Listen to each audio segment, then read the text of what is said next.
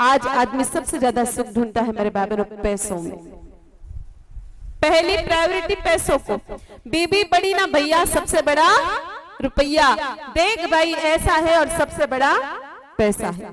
पैसा कमाओ मेरे भाई बहनों, मना ही नहीं है। घर गृहस्थी को चलाने के लिए, लोक लाज को निभाने के लिए, धर्म का काम करने के लिए पैसा बहुत जरूरी है।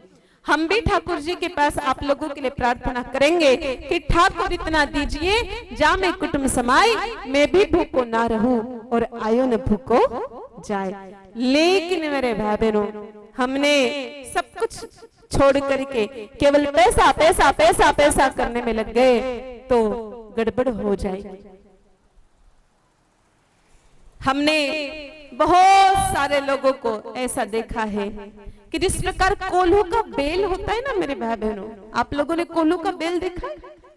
और वो एक ही दिशा में चलता रहता है और कहीं उसको रास्ता नहीं होता है, उसको गोल गोल गोल गोल गोल गोल ही चक्कर काटने होते हैं। तो इंसान भी कोल्हू की बेल की तरह मेरे भाई बहनों बस दुकान के ही चक्कर काटता है और वो कहीं का नहीं रहता है। बस वही खाना, वही नहाना, वही धोना, वही सोना और कुछ भी नहीं है जीवन में। कुछ लोग जिंदगी भर मेरे भाई बहनों केवल मात्र हाई पैसा हाई पैसा हाई पैसा करते करते मर जाते। पुराने जमाने में लोग पेट भरने के लिए साफ पैसे कमाया करते थे। आजकल तो लोगों के पेट कब के भर जाते हैं, लेकिन पेटियां नहीं भरती ना तो फिर उस चक्कर में वहीं पर चक्कर काटते रहते हैं। केवल मात्र हाई पैसा नहीं करना चाहिए। आपको परमात्मा ने जब 24 घंटे दिए हैं, हमने बहुत सारे लोगों को ऐसे भी जांच देखा है मेरे भाई बहनों, सुबह 5 बजे दुकान खोलते हैं और रात को 12 बजे दुकान बंद करते हैं। उनके जीवन में ना धर्म है, ना कर्म है, ना घर वाले लोग है, ना गौ माता की सेवा है, ना राष्ट्र की सेवा है। ये ऐसा जीवन किस काम का?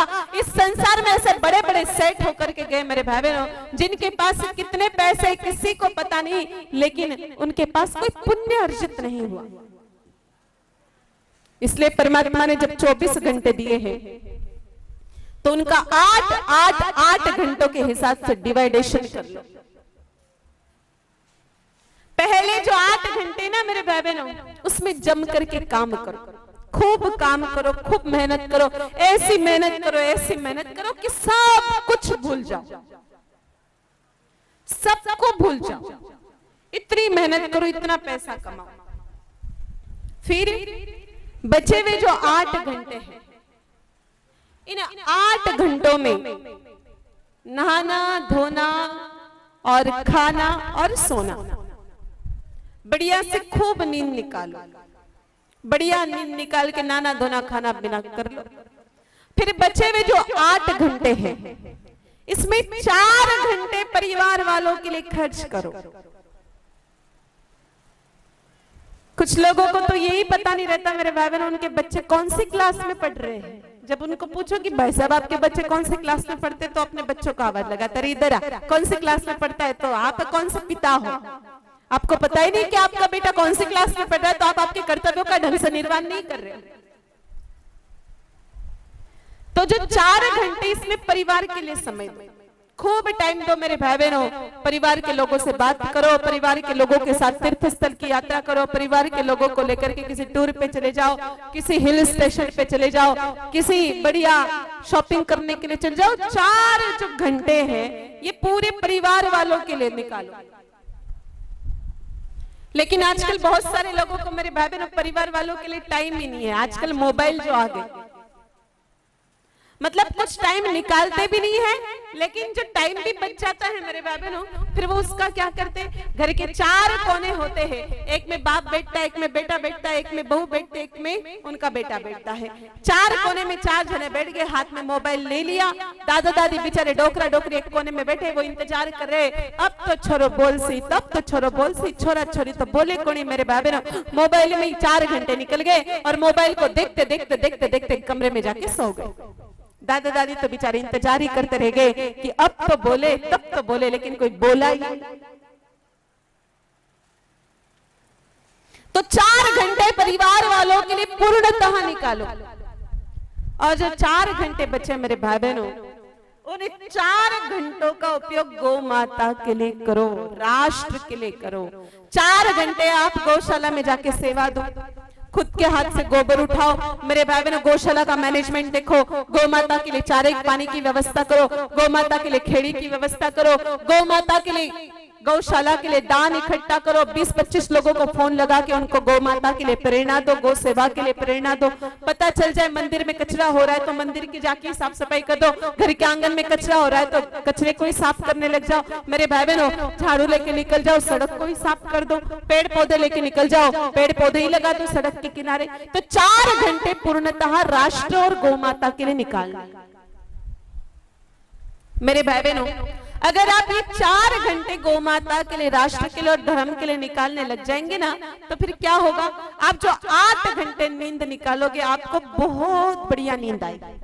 रात को 12 बजे 4 गोलियां खा के सोना नहीं पड़ेगा, अथवा पूरी रात करवटें नहीं बदलनी पड़ेगी। अगर आप 4 घंटे धर्म के लिए निकालने लग जाओगे, तो मेरे भाई बहनों, आप जो व्यवसाय करोगे, आप जो व्यापार करोगे, स्वयं लक्ष्मी माता आकर के आपकी सहायता करने लग जाएगी, क्योंकि भाई तुमने धर्म के लिए समय निकाला है, तुमने गौ माता के लिए समय निकाला है।